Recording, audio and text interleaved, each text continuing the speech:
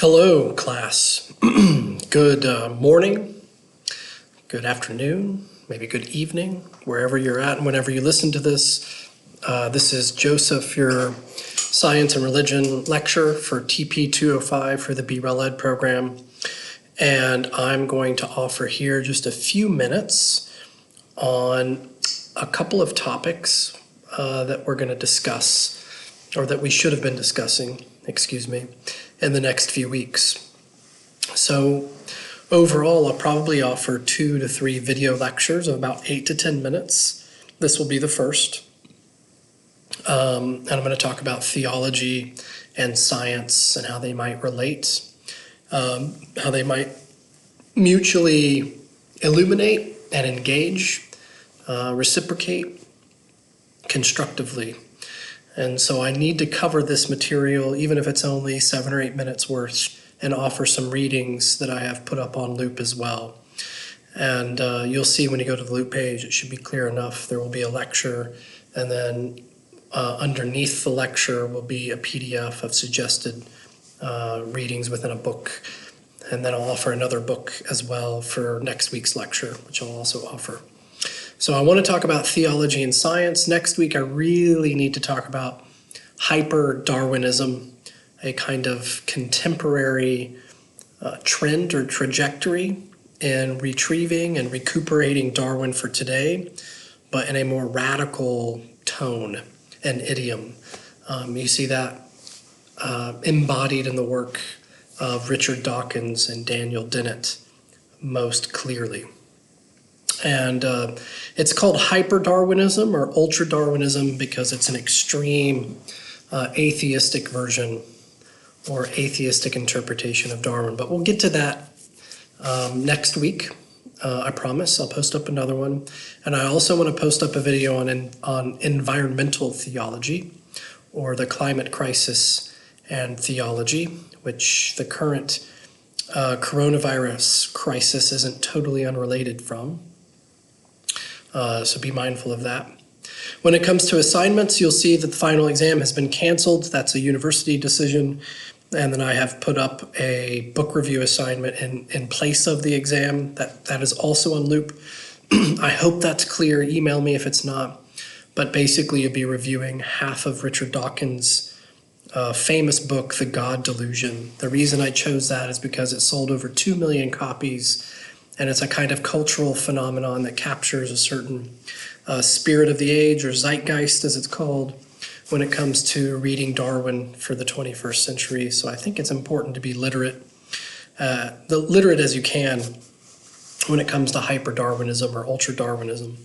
So today, though, for the next few minutes, with that out of the way and with that said, I want to talk to you about how theology and science can come together, and how surprising often this is for students, for the person on the street, for theologians themselves, for scholars of religion, for philosophers, and even for many scientists, that religion, however we conceive of this academic study of religion, theology in an academic setting, however we may conceive of it, that it does not need to be, at the very least, poised in opposition to the natural sciences. So whether that's biology or physics or cognitive science or evolutionary biology, whatever science you propose,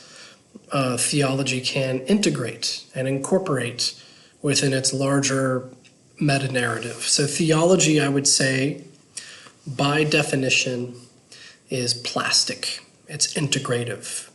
It seeks to incorporate and dialogue with other disciplines, and even not simply just manage or speak at or speak with other dialogues, but incorporate their insights without at the same time giving up theology's own integrity as being a discipline that speaks about transcendence and a divine.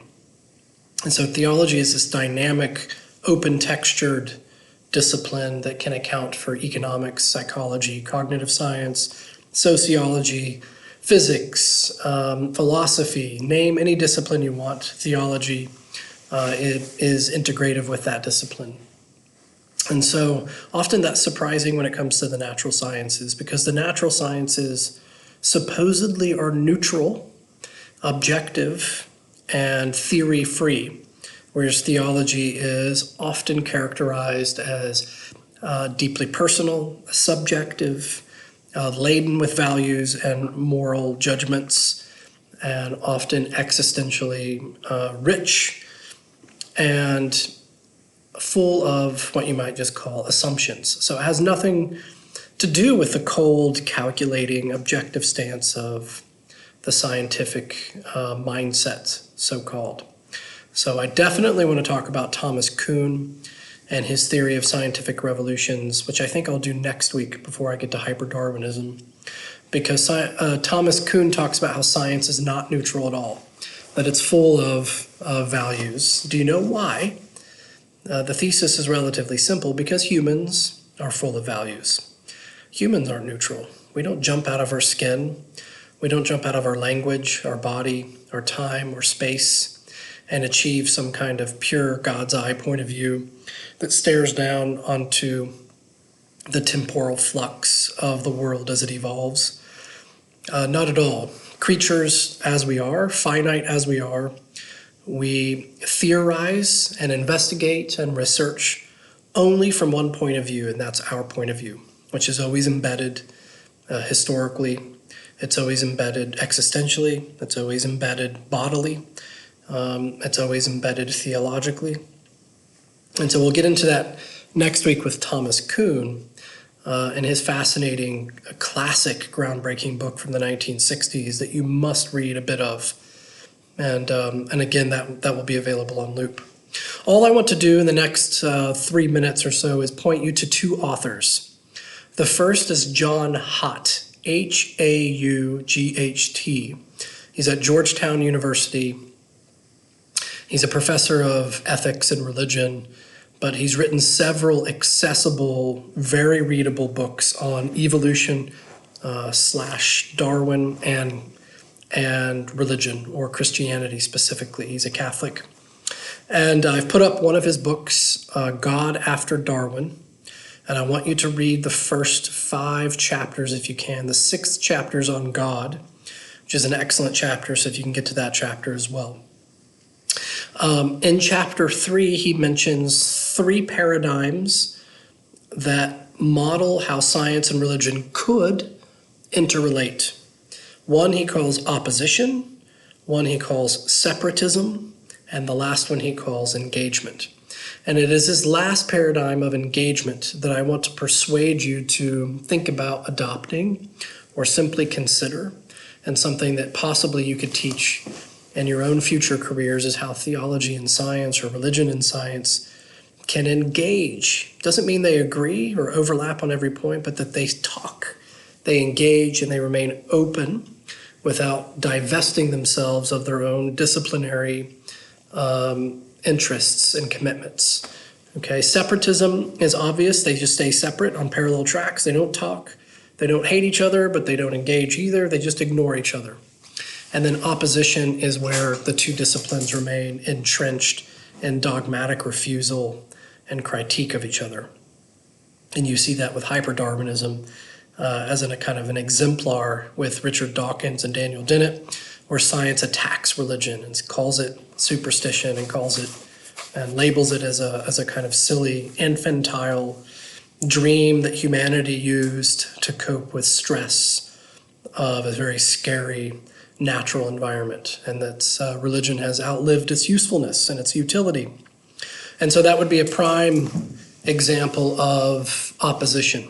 And you see it when creationist theologians reject evolution and reject science and say that evolution is a lie and it's false, and we can't possibly agree with evolution or integrate it at all. And so that would be, from the side of theology, a standpoint of opposition, that we can't listen to or hold on to any of the most basic insights of scientific observation and theory. I had a friend once, well, kind of a friend of a friend, She was very conservative Christian, nothing wrong with that in principle, but so conservative that she did not believe in dinosaurs. And I said, why don't you think dinosaurs existed? She said, they're not in the Bible. I said, that's true. I didn't say anything else for diplomatic reasons, for personal and political reasons. I said, oh, okay. And then I went away and muttered to myself, is the Bible a science textbook? Is it an archaeology book? Is it a geology book? Is it a biology book? Is it a genetics book?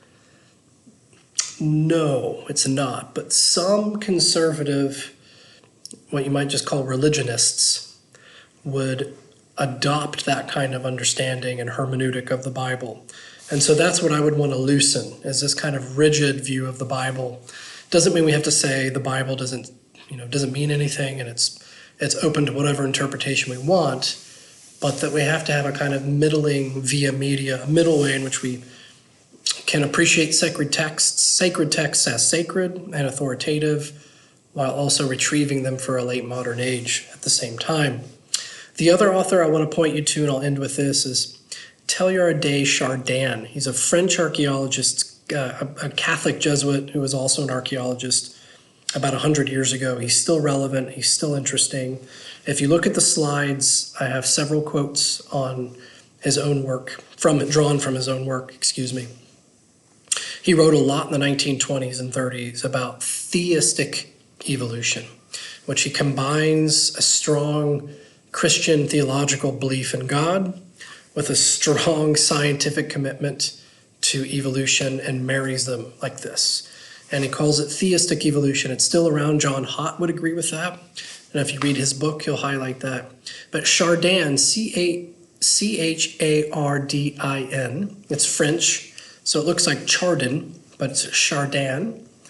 And Chardin is a mystical genius, and he's fascinating how he tries to bring together God, the person of Christ, and evolution, that God is in. His argument is that God is in process, that Christ is part of evolution itself, and he's drawing nature towards a what he calls a teleological end, or it has a purpose. It's not a mindless algorithm, that evolution is not this kind of directionless path that just evolves in whatever direction it happens to evolve, that it was not an accident that we were evolved in this way. And so what Chardin does is he baptizes theologically evolution and gives it direction and purpose, and says it's divine, it's pulled along by the divine presence, because the divine presence itself, in and through the incarnation, in which God becomes one of us and enters into the process, that in and through the incarnation, evolution is given shape, direction, and a kind of intelligibility. So he basically fits evolution within a theological framework and says, look, it works. And so that's a good example of theology being integrative, saying evolution is here to stay. What can we do with this? What kind of theological hermeneutic can we give to it? And some of the quotes are really interesting. And he talks about a nous sphere, and he talks about a mystical cosmic Christ and being part of everything. It's a kind of mystical panpsychism or monism, in which Christ is in and with as well as above everything. And if you look at some of the quotes on the slides, you'll see that. I'll leave you there with John Hott and Chardin. Please do some of the Hott reading at the very least, John Hott, Haught. And I'll see you next week with a lecture on Thomas Kuhn, which is just brilliant. He's a philosopher at MIT, and he wrote a classic book that I really want to talk about next week. And email me with any questions. Thanks.